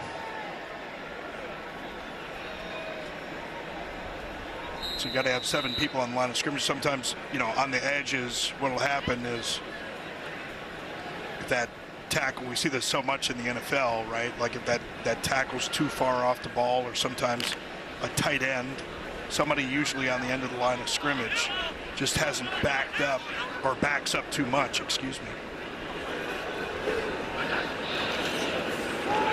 Back to Fagan. Trying to push through that pile. They will get a little bit of a second effort down to the 10.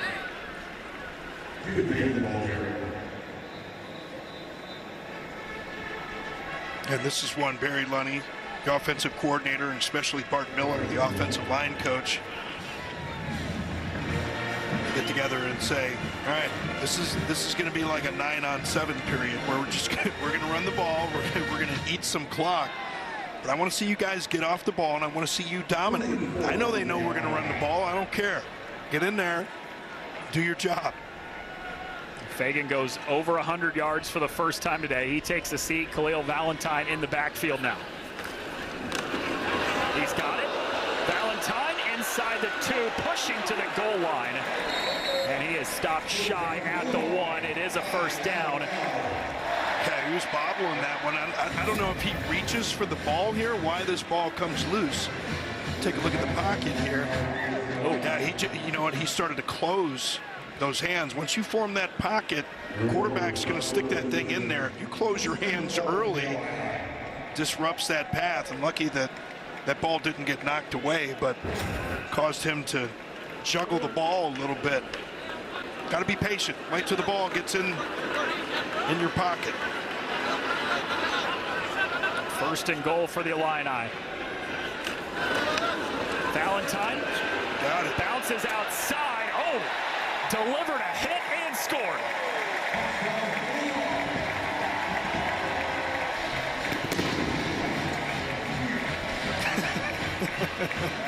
He gets a little boost there from J.C. Davis, the left tackle, but nothing too fancy. Nice job cutting it back up inside, and then you can see, you know, that pressure is going to be coming from that linebacker level. It was Gabe Welch from Western Michigan that had a chance to get him. And big old J.C. Davis over there at that left tackle spot said, "I'm going to give you a boost, my man."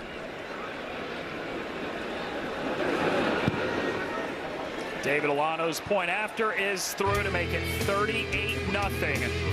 3 rushing touchdowns for the Illini from 3 different guys. The most recent from Khalil Valentine, all Illini in the 4th. 21 for Big Noon kickoff next week in Salt Lake. Driver's seat of the Big 12. Although Iowa State might have something different to say. Busting out a little what we got going on here? Oh, that's the sprinkler, baby. Come on, you don't know a sprinkler when you see it? Go, go, go, go! This is Devin Miles on the return. Crosses the 20. And that's where the drive starts for Western Michigan.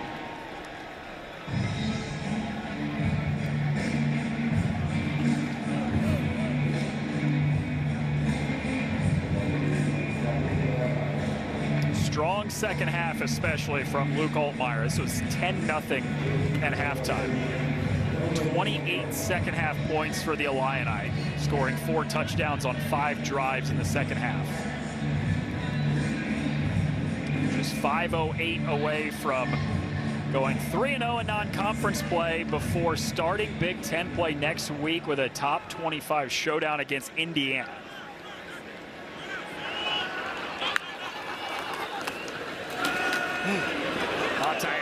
Nice move, cutting up field, and he's dragged down from behind at the 41. Give him 21 yards. Boy, he's going to put a nice move on Redisic. Right there. You know that safety is going to be the free hitter. The free opportunity to hit you. Does a nice job with that little sidestep getting by him. Leading rusher today for Western Michigan, 42 yards on the ground after he hadn't had a carry all season until today. Go right back to him. Crawls his way out to the 44 for 3 yards. Got some backups defensively. Get those guys a little bit of time in there. Nothing wrong with that. But for Lowry, I just think these reps are invaluable. And, I know that I'm the announcer, but just the way that he operated that offense and the dual threat that he brings, I would have had him in for the entire second half, just getting him more reps.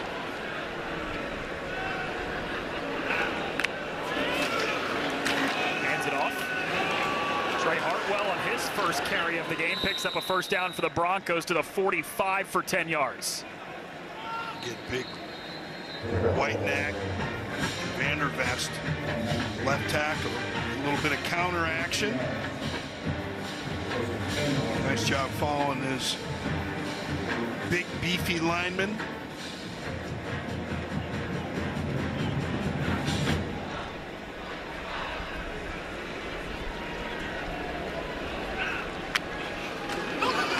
Another give to Hartwell, and he is stopped in the backfield.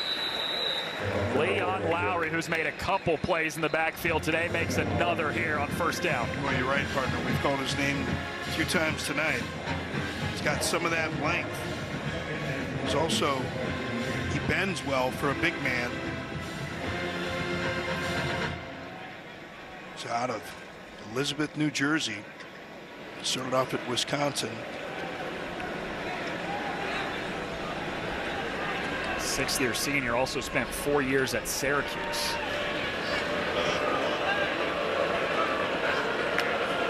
Second and 11.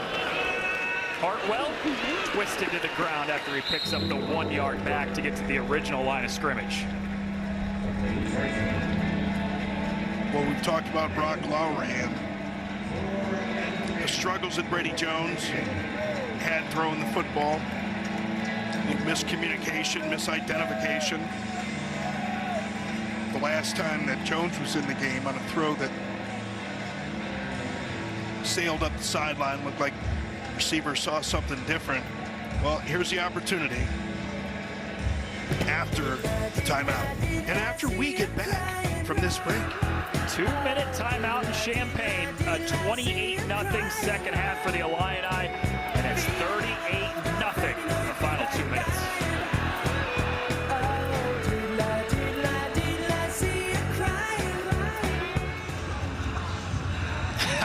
Flex cam out in full force.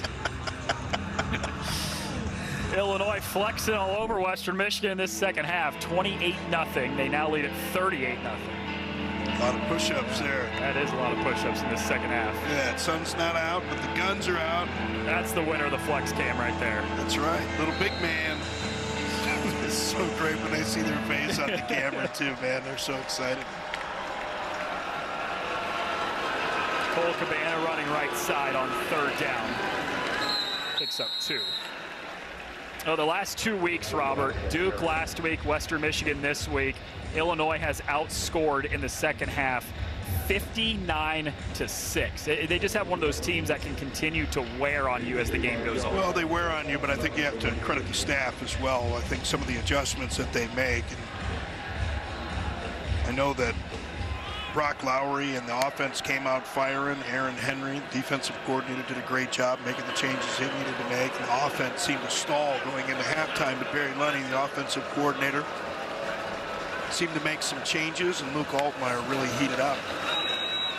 Lowry wants to throw on 4th and 7, does get rid of it, but it's short of Hartwell, his intended target, and a turnover on downs.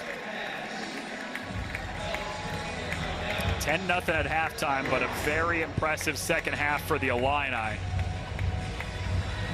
Yeah, and if you're Western Michigan, I mean, Lance Taylor, you know, one of the things he talked about was, you know, trying to, especially on the offensive side of the ball, you know, trying to find guys that are more vocal leaders. This is one of those kind of opportunities, and this is a growing session. And this is not the way that they're going to play when they play MAC football. We knew Chris O'Leary, defensive coordinator, they're taking some chances they normally wouldn't take because they knew they couldn't just stand up against the offensive line of Illinois. But promising developments for what Lance Taylor says is his deepest and most talented team here. And they also understand, too, 2 of the first 3 games of the season against Big Ten opponents, they feel that they're ready, despite an 0-3 record, to go into MAC play. And Illinois certainly feeling the same way about themselves going into Big Ten play next week. 3-0, win at Duke last week, and they open it up with 22nd ranked Indiana next week. We had in game 1. We did. The final kneel down in Illinois with a dominant win tonight, 38-0. Their first shutout win since the opener last year against Eastern Illinois when they won 45-0. But Brett Bielema's team ranked in the top 10 for the first time in 24 years. Now 3-0 going to Big Ten play. Big thank you to our producer, Brad Weimer, our director, Brian Biederman, the rest of our phenomenal Fox Sports crew. For Robert Smith, Zach Hoffner, Russ DeLynn, I'm Noah Reed saying so long from Champaign. We'll send you out after the break to Logan, Utah for Air Force and Utah State.